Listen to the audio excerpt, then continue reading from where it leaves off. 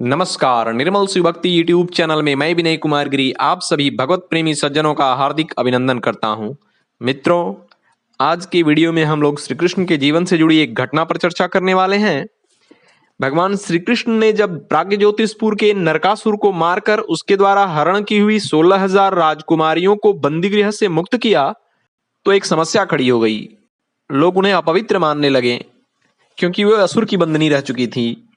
ऐसे में उन 16,000 राजकुमारियों के साथ स्वयं श्री कृष्ण ने विवाह कर लिया। इसके बाद नारद जी को मोह हो गया कि वह 16,000 रानियों के साथ द्वारका में रहते कैसे हैं। इसी बात का पता लगाने वो द्वारिका चले।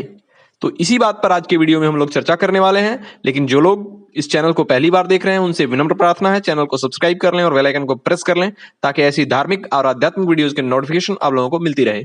धन्यवाद मित्रों, आइए देर न करते हुए वीडियो को शुरू करते हैं। भगवान श्री कृष्ण ने जब प्राग्ज्योतिषपुर के नरकासुर को मारकर उसके द्वारा हरण की हुई 16,000 राजकुमारियों पर दया करके अकेले ही उनसे विवाह कर लिया और यह बात जब नारद जी ने सुनी तब उन्हें भगवान की गृहचर्या देखने की बड़ी इच्छा हुई। नारद जी अत्यंत उत्सुक होकर द्वारका आए। द्वारका में श्री कृष्ण के अंतःपुर में 16,000 से अधिक बड़े सुंदर कलापूर्ण सुसज्जित महल थे। नारद जी एक महल में गए। वहां भगवान श्री कृष्ण रुक्मिणी जी के समीप बैठे थे। रुक्मिणी जी चंवर से हवा कर रही थीं। नारद जी को देखते ही भगवान पलंग से उठे। नारद जी की उन्होंने अभ्यर्थना पूजा की, उनके चरण पखार कर चरणामृत सिर चढ़ाया और नम्र शब्दों में उनका गुणगान करके उनसे सेवा पूछी। नारद जी ने भगवान का गुणगान तथा स्तवन करते हुए कहा, भगवान आपके श्री चरण ही संसार कूप में पड़े लोगों के निकलने के लिए अवलंबन है। आप ऐसी कृपा कीजिए कि आपके चरण कमलों की स्मृति सदा बनी रहे और मैं जहां जैसे भी रहूं उन चरणों के ध्यान में ही लीन रहूं।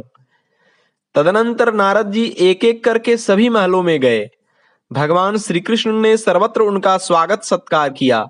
नारद जी ने देखा कहीं श्री कृष्ण गृहस्थ के कार्य संपादन कर रहे हैं, कहीं हवन कर रहे हैं, कहीं पंच महायज्ञों से देवाराधन कर रहे हैं, कहीं ब्राह्मण भोजन करा रहे हैं, कहीं यज्ञावशेष भोजन कर रहे हैं, कहीं संध्या तो कहीं मौन होकर गायत्री जप कर रहे हैं, कहीं श्रेष्ठ ब्राह्मणों को वस्त्राभूषणों से सुसज्जित गौओं का दान कर रहे हैं, कहीं एकांत में बैठकर प्रकृति से अतीत पुराण पुरुष का ध्यान कर रहे हैं, कहीं गुरुजनों को अभिष्ट वस्तु देकर उनकी सेवा शुश्रूषा कर रहे हैं, कहीं देवताओं का पूजन तो कहीं धर्म का संपादन कर रहे हैं। इस प्रकार वे सर्वत्र वर्णाश्रमोचित तथा आध्यात्मिक धर्म साधन में लगे हुए हैं। नारद जी ने कहा, योगेश्वर आत्मदेव आपकी योग माया ब्रह्म आदि बड़े बड़े मायावियों के लिए भी अगम्य है, पर आपके चरणों की सेवा करने के कारण वह योग माया हमारे सामने प्रकट हो गई है। हम उसे जान गए हैं। देवताओं के भी आराध्य भगवान सारे भुवन आपके सुंदर यश से परिपूर्ण हो रहे हैं। अब मुझे आज्ञा दीजिए कि मैं आपकी त्रिभुवन पावनी लीला का गान करता हुआ उन लोकों में विचरता रहूं। भगवान श्री कृष्ण बोले, नारद मैं ही धर्म का उपदेशक, उपदेश के अनुसार स्वयं उसका आचरण करने वाला तथा उसका अनुष्ठान करने वालों का अनुमोदन करने वाला हूँ। मेरे आचरण से लोगों को शिक्षा मिलेगी, इसलिए मैं स्वयं धर्म का आचरण करता हूँ। पुत्र नारद, तुम मेरी माया से मोहित न होना। मैंने जो तुम्हारे चरण धोए इससे खेद मत करना। कैसा सुंदर आदर्श है धर्माचरण का।